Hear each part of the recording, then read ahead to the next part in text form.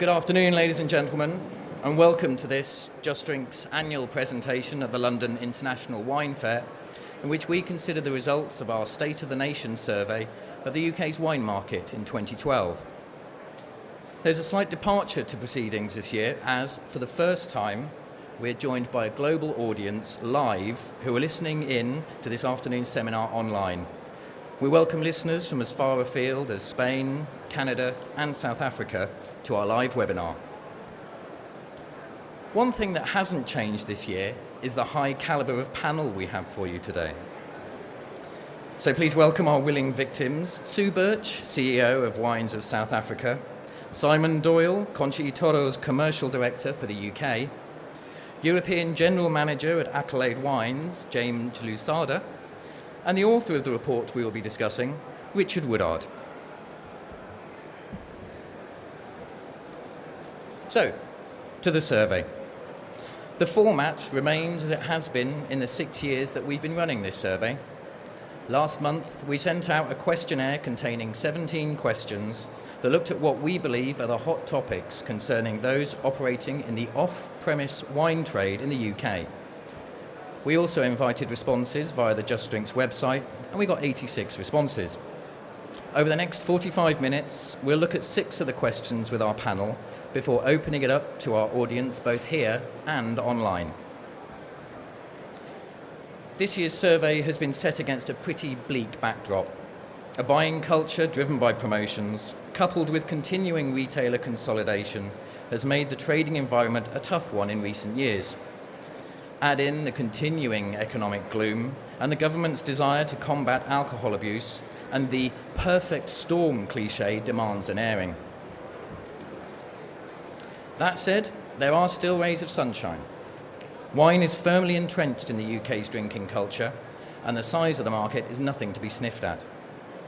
And while growing the consumer's knowledge of wine might prove quite a challenge, the UK drinker has at least a semblance of a clue about what wine is, where it's from, and what they like. Also, much as the English wine industry is on the rise, the lack of a domestic production industry has instilled a preparedness to cultivate a drinking portfolio based very much on trial. Finally, despite all the doom mongers, there are still small pockets of growth out there. Back in January, for example, Majestic Wine posted a 2.7% lift in like-for-like UK store sales for the first 40 weeks of its financial year. So yes, the times are certainly tough, but the silver lining is there, however faint. Such positivity, however, appears to be falling on deaf ears. Oh, hello. Bear with me. There we are. Such positivity appears to be falling on deaf ears when it comes to our survey. The answers to our first question can attest to that. Whereas in last year's survey, many seem to be sitting on the fence, the pessimists have prevailed, with 49% of responses accentuating the negatives. Here's what the two sides had to say.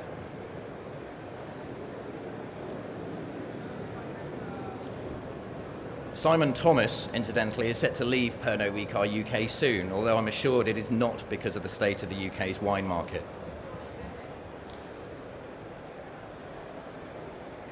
So Simon, where do you sit on this? Upbeat or downbeat? I can understand the increase in pessimism. I think with all that's going on with exchange rates, rising taxes, potential legislation, it's quite unnerving at times. But I think if you remain pessimistic, you'll have reason to be, because that's a self-fulfilling prophecy. We've got to a degree, I think, look up and move on. We all know it's not the greatest time to be in the wine industry right now. The margins are very difficult. There's been a degradation in exchange rate for the New World, for example, after 10, 15 years of significant growth. So it's quite understandable that people would be pessimistic. But I think there's equally good reasons to be optimistic. You could argue, looking at it negatively, that things surely can't get too much worse. But at the same time, I think it makes us all start to realise about what are we trying to do here? What is it we're trying to sell? How are we engaging with consumers? I think good old features and benefits, for example, are barely talked about at the moment. We talk about price, and then price again, and we're all guilty of that. We've played our part in getting ourselves into that situation. So I think we need to be optimistic, look at what consumers want, see where they buy their wines, how they buy their wines, and make sure our propositions are relevant to what they're actually looking for. And there's all sorts of ways you can be creative in what you do. Food and wine matching, for example, in retail is beginning to show signs of coming about. We need to also roll our sleeves up to a degree and just crack on with how we can merchandise better. We've just, for example, I don't know how long you want me to talk for, by the way, but I'll just get this point across. We've just recruited a team of 5 merchandisers. It's not rocket science, it's nothing particularly revolutionary in itself, but a team of people to go out into the trade and actually make sure our wines are faced up how we want them to be. White wines are in the fridge, red wines are properly displayed at eye level, all the basic principles that perhaps we've forgotten because we've been relying on pushing wine into the retailers or wholesalers and expecting them to do the rest. And so in a sense we've become a little bit complacent and lazy. Now we've really got to crack on with it and start influencing what's going on out there. So I think there's a big responsibility on us as sort of brand owners to do a bit more actually and make sure that if we want consumers to buy our products, we put them in danger of being sold by putting them in the right places. Thank you. Thanks, Simon. And to Richard, how's this question fared historically in the 6 years that you've been scoring this? I'm sure you don't want quite all of the figures, but this was the worst year, if you like, in terms of the pessimism levels. We've never seen levels as high as this. You go back to 2009 when we were in the depths of the economic crisis. There was still more optimism in our survey than pessimism. So for whatever reason, there are a lot of people that have turned from don't knows into pessimists this year. Now, when you ask people why they are pessimistic, then a lot of the responses are probably fairly predictable.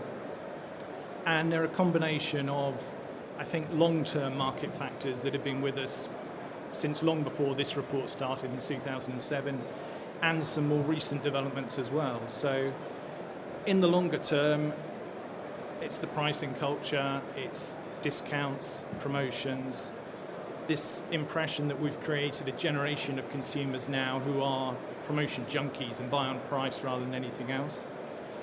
It's the consolidation of the retail market and the power that a few buyers have over the entire wine market, and the narrowness of margins. People just feel they're not making enough money in this market anymore. But then we've got other factors that have kicked in the last few years. Most importantly, rising excise duty. The government duty escalator appears to be here to stay now. It seems to be an annual fixture. And we've obviously got the economic situation, which is not getting any better as we speak. We've just gone into a double-dip recession. That was announced just as this survey went out, so it probably didn't help the optimism levels among people, I think. And obviously that has a big effect on consumer spending, security that consumers feel. And another factor that people mentioned is the feeling that alcohol in general, and wine is part of that, is being demonised by government and for all manner of social ills. But having said all that, that's the real downside. There are still a lot of people here that are optimistic. Historically, this survey has been surprisingly optimistic, I think, in the responses that we've had. And most of those reasons, I think Ollie alluded to a few earlier, it's such a big market, it's such an extremely diverse wine market compared to a lot of other European markets in particular. And there's also a pragmatic reaction this year, I think, from a number of people who feel that we've got to deal with this market the way it is. It's not going to change enormously, however we might want it to. So rather than just complaining, let's get on with things and accept that these challenges aren't going away. So there's a feeling that suppliers and retailers have got to work together to try and make money for everybody in the supply chain and try to engage the consumer as well. And I think finally, a lot of people are looking in particular at premium price points and saying, well, here is some growth, here is some margin, and we can actually bring more diversity to the consumer in that £6.50 to £8.50 price band. And just creating more diversity for the consumer, encouraging their interest and encouraging them to get more involved. So there is some positivity out there. So stop complaining and get on with it is the mantra. Good luck with that, by the way. Thank you, gents. Turning to the concerns of our industry in the UK, it's clearly all about the money this year. Price points appear to be causing more sleepless nights, if that were possible, while the ongoing duty increases were also flagged up. These two were joined by the new kid on the block, minimum pricing. That such a matter has divided the alcoholic drinks industry is one thing, but that anyone should think the move will get past the European Union's anti-competition laws is entirely another. Would anyone like to bet against me on that one? You heard it here first. Our survey said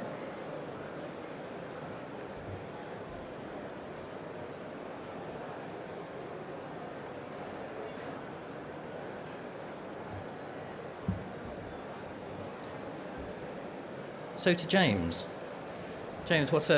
what keeps you awake at night? Wine related. Well, I guess it's really clear from that data that the majority of people are talking about price, minimum pricing, or elements around that. I think for us the issue is the impact of that. It's not price per se. It's the fact that the category is going to become less interesting for consumers. We're seeing less people coming in, first-time drinkers into the category than we've seen in the past. And we're seeing loyal drinkers in the category drinking less, and I think that's the fundamental issue. It's not price as such. It's actually, I think, back to the point made earlier. It's about us as an industry to respond to that. So we've got to make the category more exciting. Minimum pricing, duty escalator, they're not going to go away. They are part of the landscape in the future. So it's back to how do we engage with our consumers. And there are a couple of things there I think we really need to think about. The first is innovation. We're very good as an industry at putting the same 75cl bottle on shelf.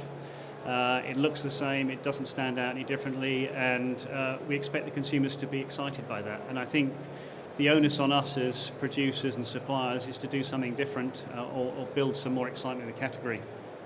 And that could be around taking wine into new categories, into new formats. We've recently launched light wine to talk to the people, I guess, who are concerned about health and maybe drinking less as a result of that. So innovation, I think, is number one. I think number two is about how we engage with the consumer at point of purchase. And again, I think as an industry, probably the last 3 or 4 years on this panel, people will have talked about how do we make the wine buying experience easier. I think we tend to talk to the consumer as if they are engaged, they understand the category, they're enthused by the category, and they have a high level of knowledge. And I think the reality is, as we know, probably 85 to 90% of consumers like wine because it's sociable, it's enjoyable, and I think as Dan Jago has said previously, it's an alcoholic beverage flavoured and made from grapes, and it's not more than that for most people. That's not missing the top 10%, I'll come back to that. But for the majority of people, we have to make the shopping experience easy. That's making packaging better to understand, describing the wine in a much more simple terms, and working with retailers to make sure that experience comes to life in store. And I think that's probably our single most important challenge at point of purchase. But I'd reiterate, that doesn't mean that the top 10% who really are interested, we shouldn't talk to in a different way, different communication. But the real point is we have to tailor the message to each of those people. So I think innovation and a different way of engaging primarily at point of purchase. Super. We'll return to that a bit later on in the questionnaire as well. Thank you, James. And Sue, you're travelling the world over. Is it with a heavy heart that you come to the UK each time? I think that the UK certainly presents a whole new set of challenges that we weren't facing 5 years ago. We have many producers who just simply can't make the kind of price points in the UK that are being demanded of us by the supermarkets, and they tend to become quite easily disenchanted. And although we're all talking about higher price points and the on-trade and new routes to market, regional distributors and so on, the kind of effort that requires from producers has just changed the picture. And what it's meant for South African producers is that whereas the UK was once 60-70% of our exports, it's half that today. But then, we've got to look to opening up other markets, and, our relationship with the UK has changed to some extent. But it's not just price. I think that it's a real concern that young drinkers are not coming into the wine market. There's no growth amongst young people. I think the commoditization of alcohol, and I don't think we should be precious about it, the commoditization of wine has meant that I think people will go to fruit-flavored wines, to alcopop, those kind of products, to ciders, and to look to get the same alcoholic benefit at a cheaper price point. So I think that is a concern for everybody. Thank you. Thanks, Sue. Now, to the big one. Last year proved to be a tipping point for the UK when the no's outnumbered the yeses for the first time when it came to this question. Today, the gap between the two has grown wider. The UK's crown has not so much slipped as been thrown to the floor and roundly stamped on. Could the spotlight be heading east to the potentially lucrative markets of Asia? Several of our survey responders seem to think so.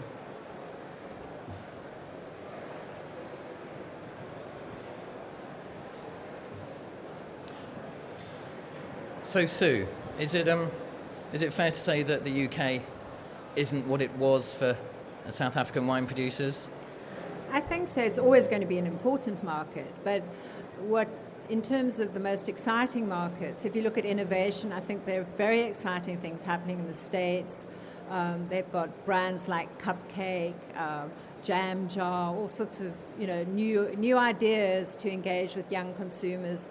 They've got young wine drinkers coming into the market that are willing to try wines from other countries. You've got the explosion in China. For us, markets in Africa are starting to be important.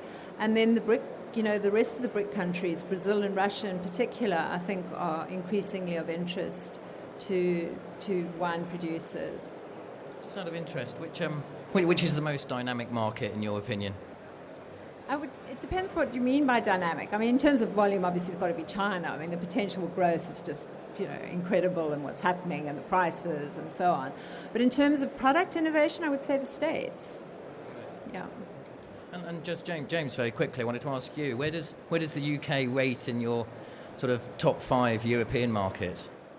UK is still the single most important market for us, not just in scale, but I still think there's a great opportunity in the marketplace. And the point that was made earlier, if you're prepared to work with retailers and invest in innovation and consumer understanding, then there's still lots of places you can win here in the UK. So, I mean, UK for me still sits as number 1. We're growing enormously in Europe. We've got some very important markets in particularly Russia, Netherlands and Denmark. But I'd say, the lifeblood of our business still remains here in the UK. And Richard, you got very excited when, relatively excited when this result came out of the survey. The hack in you kicked in with "That's our headline," if I recall. Well, certainly last year. I think last year, which was the first year that we had more people saying no to the question rather than yes. That was a big turning point, and it's interesting to see that gap has grown so much in the space of 12 months. I think partly that reflects one or two people in the UK trade who are really picking up on the fact that the producers they deal with from overseas are now looking at other markets with a great deal of interest, and we've talked about some of those just now, but it's not just the obvious China and Asia Pacific region. They're looking at the US again because economic recovery seems to be kicking in. Champagne sales in the US last year were very buoyant. They're also looking at Northern European countries where maybe they haven't felt the effects of the downturn in quite the same way. And Latin American countries, Brazil is one obvious candidate where the economic growth is very strong at the moment. And I mean, the reasons why people are saying no to this question are the familiar reasons that we've talked about already. discounts, promotions, consolidated retail sector, rises in excise duty, the levels of financial support that retailers require as well, that's another factor that's been mentioned. And one or two people saying that the price pressures are so great that it's stifling the building of credible wine brands that are then going to appeal to the consumer. And I think there's probably a greater fear there that if the choice becomes narrower in the retail sector, then people stop becoming quite so excited about wine, and there's less choice and less diversity, and you breed a consumer which is slightly more narrow-minded in their wine outlook, if you like, and they're just not as interested and not as enthused. And then if they're a casual wine consumer, the risk is they'll just go somewhere else and they won't be drinking as much wine. But the most simple reason of all that most people mention is just that they're not making enough money here. The profit margins for an increasing number of companies aren't good enough. On the positive side, it is a very big and diverse market. I think people do still consider the UK consumer as being relatively open to new wines and new regions compared to other countries. They're also very keen on getting to the influencers in the market, whether they be wine writers or bloggers that they think have, in some cases at least, a global role in reaching consumers. But I think there's a growing perception that the UK is more of a follower than a leader at the moment, and that it needs to learn some lessons from one or two of the other wine markets. And I think, probably to conclude, it's not so much where the market is now, it's the direction that it's heading in that's really fueling the pessimism. Joy. Thank you, Richard. Cheery stuff. Okay, to the consumer now. For our next question, we wanted to find out how the trade perceives the information stream from industry operator to drinker. While social media naturally claimed the top spot, note that the retailers are seen to be playing a more active role in driving consumer wine knowledge. The demise of many independent wine retailers has led to an awareness among those that remain that locking horns with the supermarkets is doomed to failure. The best way to differentiate yourself from the big boys in the retail sector is to engage with your customer, and this approach is recognised by our survey responses. There is still work to be done here, however, according to the likes of Adam Wyatt at PELB. So over to you, James. Do you feel that the flow of wine information to the consumer is as good as it could be, or could it be better? No, I think it's relatively low. I think we talked earlier about there are a lot of people who are interested in wine, and they're interested because they like the product, but they're not interested to go and delve that bit deeper. So I think we have to recognise the differences there. We run a survey in our business called Wine Nation, which talks to 40,000 plus consumers in the last 18 months. So a very in-depth survey of consumers here in the UK. And we ask exactly this question: is where are you getting your information, and how important is it to you that we feed you information? And as it stands at the moment, the majority of consumers who are, I guess, mainstream consumers, they get their information from point of purchase and the back label. And the back label is the single most important point of communication for any consumer. The second most important piece of communication is the front label. So, it's the first thing we've got to get right as suppliers and brand owners is to make sure that we're talking in the right way on that pack, because it is the single most important point. And to give the duty to the retailers and say it's all about how they merchandise and how they build the fixture is not the first point. I think that's very important, but the first point is to say it's down to us as the guys with the wine in the bottle to get that right. The next point, though, is I go back to is about merchandising and how can we help the consumer understand wine. And simply talking about country of origin is not enough. We need to be explaining how the wine tastes, how a consumer will feel when they drink the wine. And I think, as I say, we've done a bad job on that, and that's probably a place where we can develop. There's a lot up there about education through recommendation or through the internet, and I think it is important, but it's certainly a long way down the list. It's growing importance at certain demographics and certain age groups. So the younger age groups, the sort of the guys who are much more familiar with the internet, it's absolutely important we do talk through that medium, but we should go to the basics first, and that's getting packaging right. No offence, James, but that could have been sort of the same case about 10 years ago, really, couldn't it? There's not been a whole lot of change in that whatsoever. So, Richard, are these results sort of static over the 6 years?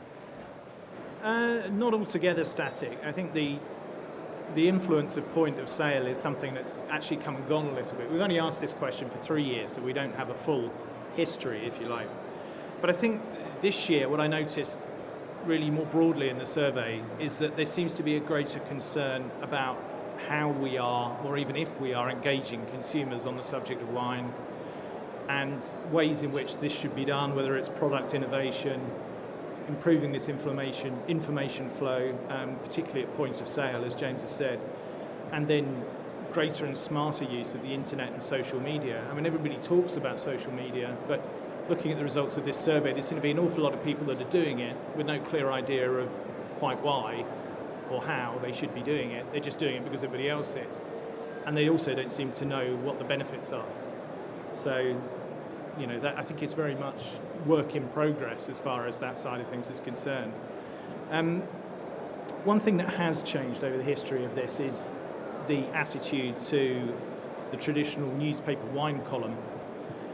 I think the first time we asked this, about half of people mentioned the newspaper wine column as being a good way of driving sale.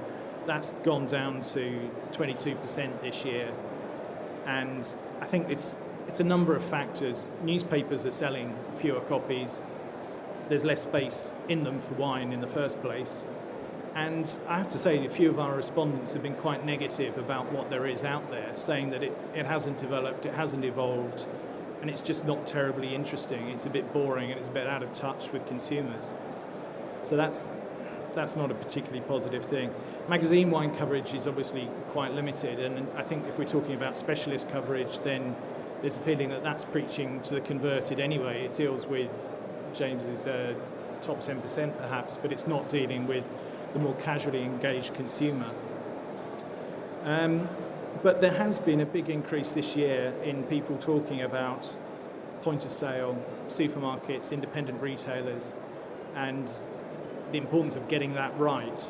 And I think a lot of people feel that an awful lot more needs to be done there.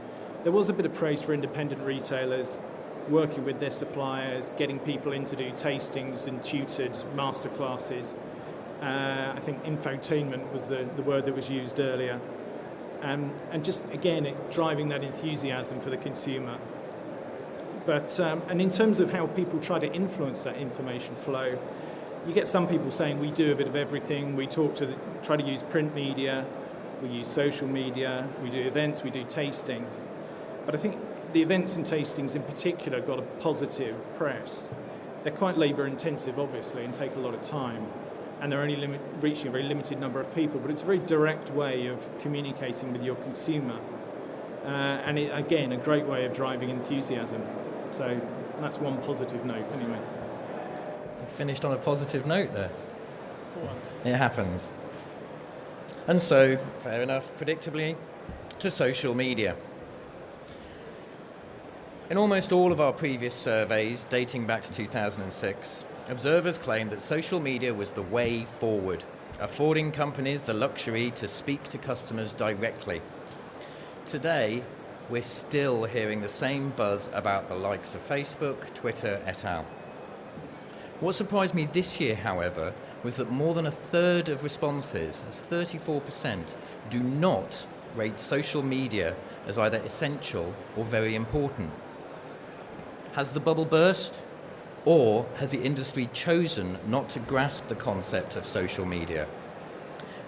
Either way, as Bonifacio Correa points out, it doesn't hurt to play in the pool, even if you don't know what the rules are.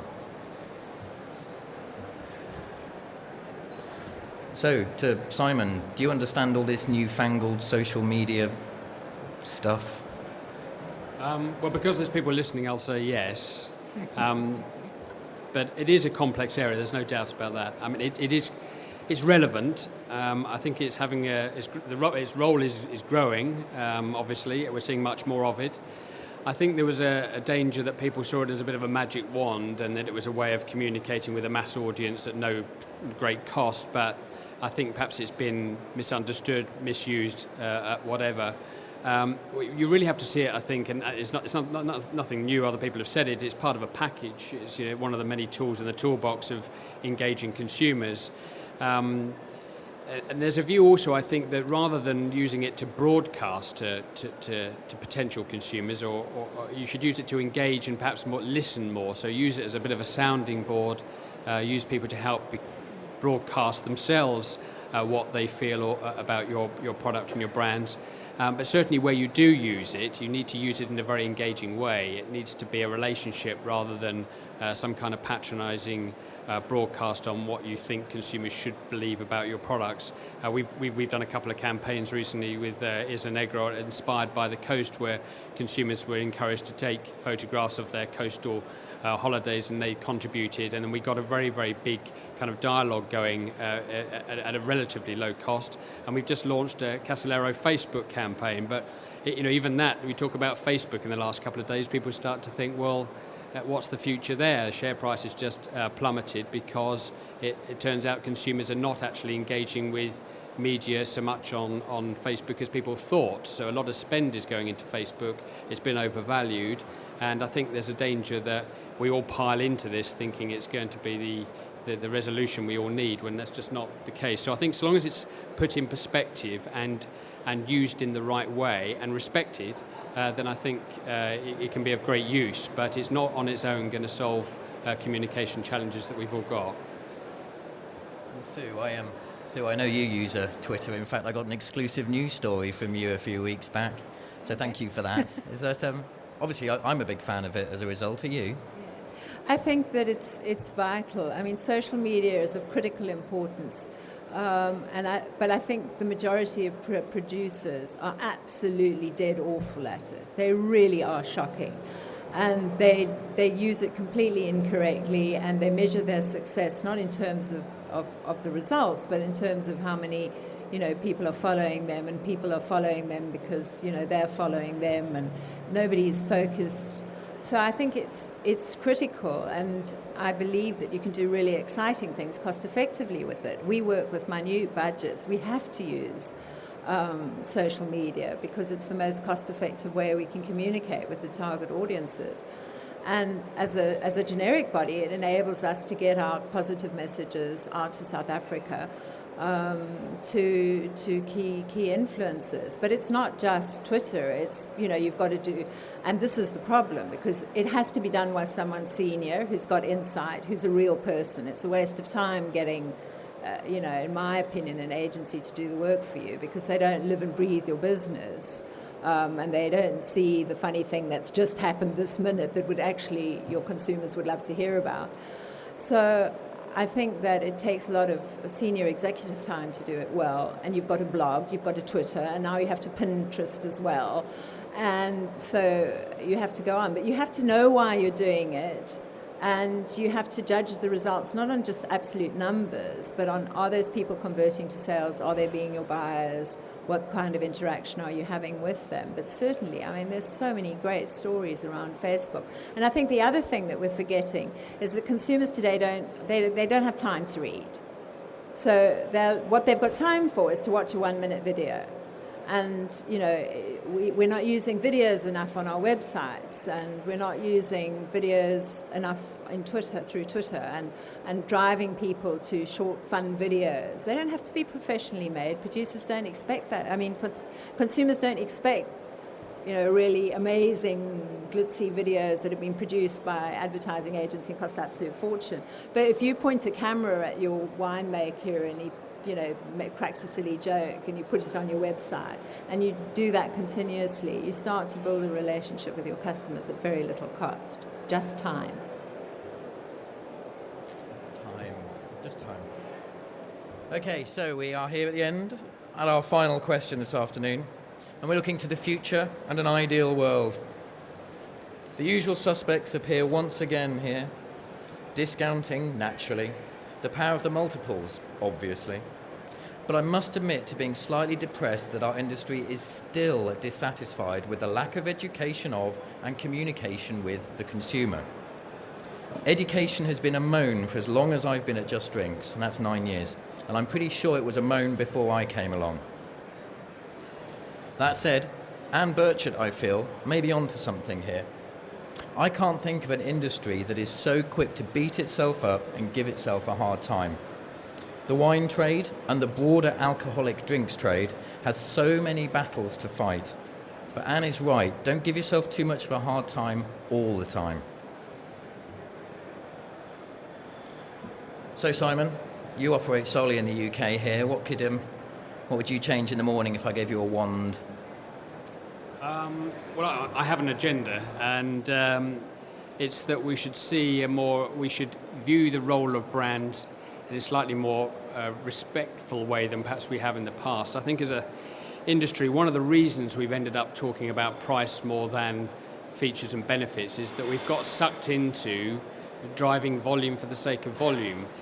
And as an industry, I think we're quite sniffy about brands, actually. And having worked for a number of New World wine companies that have had brands, and having been through the process of actually been in denial about having a brand, and we've all done it, we've all talked about our brands being a soft brand, as if it's something to be ashamed of. And so I'd like the industry to actually be a little more proud and confident about the role brands can play in helping consumers choose, make a better selection, to perhaps trade up, yes, and to engage a little bit more with the wine as a product as well, because I think if communication is one of the challenges we have, brands can play a very important role in overcoming that.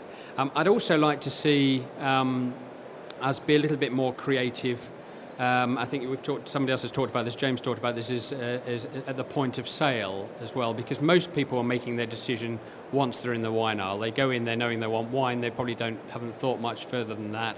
And we need to find ways of communicating our attributes with consumers at the time when they're actually going to buy their wine, and whether that be through cross-category, food and wine matching recommendations, find other ways to talk about promoting other than price.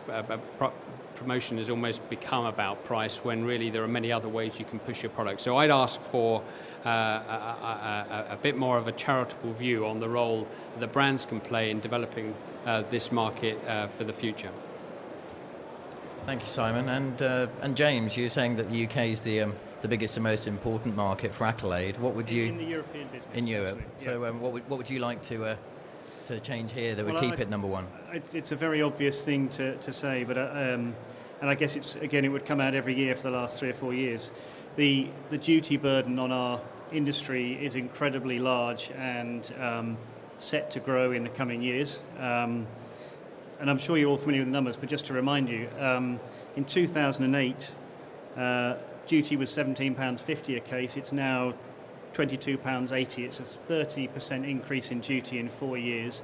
And the bill to the consumer as a result of that on just off-trade wine is over £500 million in retail price point moves. So I think the issue of that clearly is that the consumer has to pay. And at some point there's going to get to a breaking point where, as we're seeing now, people are buying less in the category. And I think that's a single concern for us. And I think what I'd like to see is the industry collectively talking to government about the great strides we've made in particularly the last 18 months around the responsibility deal, about labelling, about the unit alcohol reduction pledge, which a small number of wine producers have signed up to. But I think a more collective, unified voice talking to government about the really positive steps we make has a potential to change some of that policy. And I think unless we do that, then there's a real danger that we continue to price wine at the point where it's going to get very difficult for the everyday consumer to buy as regularly and enjoy wine like they've been doing in the years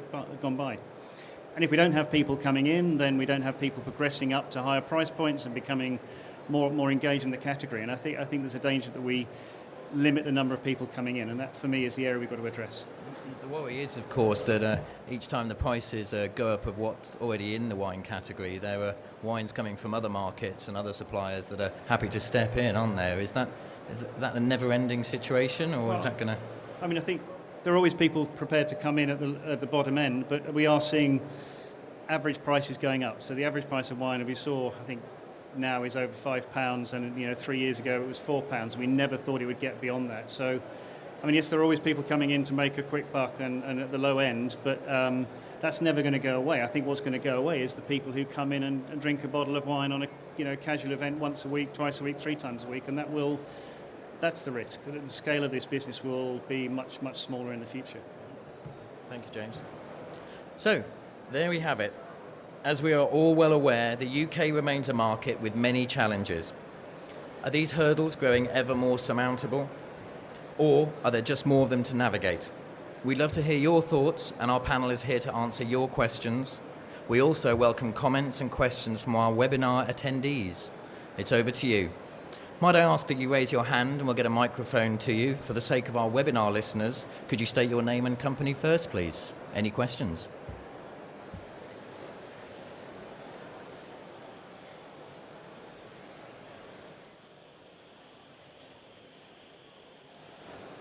Our panel has been very comprehensive, it would appear.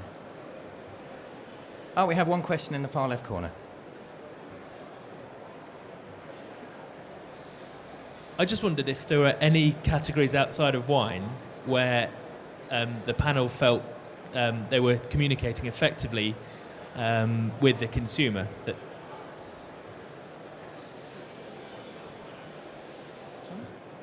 Simon, your thoughts? I think sadly I'd say most of them. And I think it's because there's probably a bit more value in the categories, in other categories. I guess you go to health and beauty, or you go to spirits even, or premium bottled beer. The messages are far more about a product and what the benefit is of buying that product, what it does for you, necessarily than how cheap it is. And I think there's a link there to what was said previously. There's so many players in this market, so many people prepared to dive in and charge a lower price for their product, that's meant that we've all had to be very, very overly price aware. So I think, sadly, it's true that other categories probably do a better job in general communicating. I would get back to my other point, is that if you look at successful categories, they're led by brands. And brands are seen playing a very positive role in developing those categories. And I think it's a role that brands need to play in the wine category. And we're a long way from it, but I think if we're going to encourage people to spend more for the right reasons, not just because they're taxed into doing so, then we've got to find a role and a way of encouraging consumers to trade up. And I believe brands have got a role to play in that. James, I'd assume that you'd agree with that. I completely endorse it. I think I take spirits as a category. We have brands that are well understood by consumers, that are invested in. They have an equity that is clear for consumers, and as a result, people are prepared to pay a premium. And I think it is the dimension of wine. There are lots of brands from lots of countries. I guess the plethora of products is what makes the category interesting, but it also makes building brands really tough. But Simon made a point earlier about, we're very quick to demonize brands. We've got a big brand portfolio. The brands sell millions of cases. The reason they do that is because consumers like it, and it's not all about price. Echo Falls is one of our biggest brands out of the US, sells over 5 million cases here in the UK. But those sold on promotion is under 30%. So it's not about the fact that it's always on deal. It's because actually it's got some equity. And we shouldn't be kicking that. There are, as said, to keep going back to, the mainstream consumer, they quite like the brand. They're not that involved with wine per se, and they want easy choices. And so I think, there is an opportunity to do that. Thank you. We have a question down here at the front. Hi. Yeah, I just had a sort of two-pronged question on minimum pricing. Firstly, with obviously Scotland set to go ahead with the legislation and Westminster also looking at it, has the panel got any sense that this will send out the wrong message to other countries around the world that the UK has a problem with alcohol and how that might affect the market? And secondly, in your experiences, are you aware of other European countries looking on at what's going on in the UK and potentially following down the path of minimum pricing? Sue, is the rest of the world tutting at us? I don't think there is a market in which you get the kind of price activity and special offers that have led to the concerns here. So, no, there isn't a minimum pricing strategy. But in countries where wine is very expensive, like some of the monopoly countries, for example, you still get binge drinking. So I'm not sure that anybody's looking to follow the UK model. I don't think that other countries see much merit in it, quite frankly. And James, would you concur? Yeah, I think we've looked at the experience of other markets where it's either been brought in the past or has been proposed, and I think it's Article 34 of the EU treaty has basically, on most cases, people have walked away from it saying that it's not going to get through. I'm not predicting that's the case here. I've no idea what will happen here, but I think there are many countries that have considered and as I say, generally have walked away. Naturally, we're concerned about minimum pricing. I think many people in the industry felt that at the 40p level that was initially proposed, the minimum pricing wouldn't be a bad thing. And suddenly, Scotland are talking about 50 pence, and it becomes immediately a big issue. And our modelling suggests that even in Scotland, they'll probably see 5 to 10% reduction in the size of the market as a result of minimum pricing. So, a big concern, really. Thank you. We have one more question down here on the left. Hi, Charlotte Heath-Bullock from Cultural Communications. You mentioned the creativity at point of sale. You mentioned the food and wine matching element. What other initiatives do you feel could be put in place to engage the consumer at point of sale? Simon? Did I say that? I think there's all sorts of examples of different ways of trying to communicate, whether it be through out of category feature, so whether it's just highlighting your product on display near another product category, for example. In-store tastings, for example, have been talked about, actually quite difficult to manage and not as targeted as you'd probably want to be. I think it's really about how do you relay and pass on relevant information at the key time. So a lot of money is spent, I think, by wine brands above the line with no kind of channel or tunnel through to the wine category to make sure that those people that you're raising awareness, you're converting that awareness into people actually then buying and consuming your product. So I think it has to be relevant, and I think it differs retailer by retailer. But certainly, I think where for example, and I know a lot of retailers are quite uncomfortable with this idea because of the legislation discussions about and responsible drinking programs that are being enforced.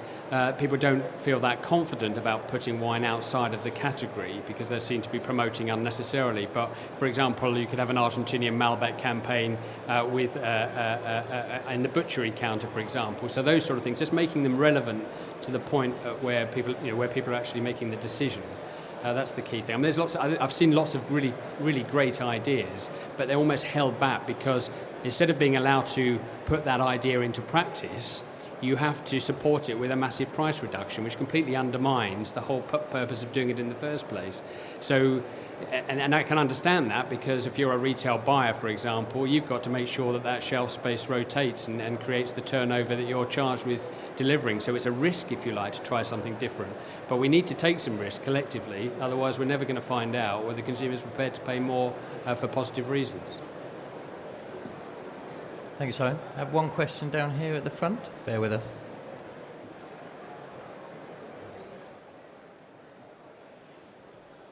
Hi, Camilla Sellers from Stonevine & Son. Just a question about price increases and duty increases. Do you think that that's going to be damaging not only to new entrants into the category, but in terms of premiumisation as well? Because is it fair to say that consumers go to a store with a figure in mind that they're prepared to spend on a bottle of wine, say £7.50, and the choice is becoming ever narrower as to what they can achieve at their given price point? Do you think that's a risk, or do we think people are still going to carry on trading up? I guess I explained it as an entry level, but I think the risk is all the way through price points. We know people who typically 3 years ago were, pre the recession, were spending £10 on their drinking wine are now spending £8, and I think anything that pushes price up in the current environment is going to limit the scale of the category. So, or push certainly the value down as people will trade down. Sue, any thoughts? You concur? Concur? One final question before we wrap up, just right there at the back. Thank you. Hi, Tony Eva. I just wanted to make a comment about pricing and promotions and packaging. And I use as an example my two boys who are both 30. I mean, when they go to the supermarket on a Friday night to buy some wine, they're told, buy a bottle of wine that will go with this roast lamb that we're having on the weekend. And they've got no idea. They just are faced with this complete array of wines, and they're quite scared, and there's no information to really guide them. And as regards pricing, on many occasions, they've got a special event coming up. They're happy to splurge out some money on what they're told should be a better wine, or they imagine will be a better wine because they're spending more money, but come away disappointed because they don't feel it's actually worth twice the money. A lot of nodding heads here on the panel. Sue?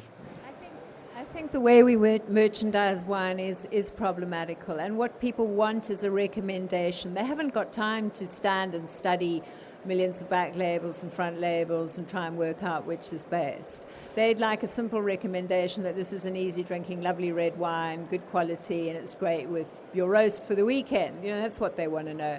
And that's not what retailers are telling them. Retailers are telling them, you can have £1 off or £2 off. And I think that we have to be careful. There are opportunities to change that and how we talk to consumers. And that's why I say that I think that individual producers often do a very bad job using social media, because they're not putting out those kind of simple messages or fun messages from the farm. They're trying to do something entirely different and look terribly intellectual and discuss, movements in the Chinese market or something, which is not relevant to consumers. Super. I think we'll wind that up now. Thank you so much to Sue, James, Simon and Richard for joining us today. Thank you also to you so much for coming. Thanks to our webinar attendees for listening in. We'll email all of you next week with a link to download the full report free of charge. We're also offering a 25% discount on Just Drink's annual membership exclusively to the wine fair, so we'll send you details on that too. In the meantime, have a very good afternoon, a prosperous final day at the wine fair tomorrow, and a fruitful summer wherever you may be. Thank you very much.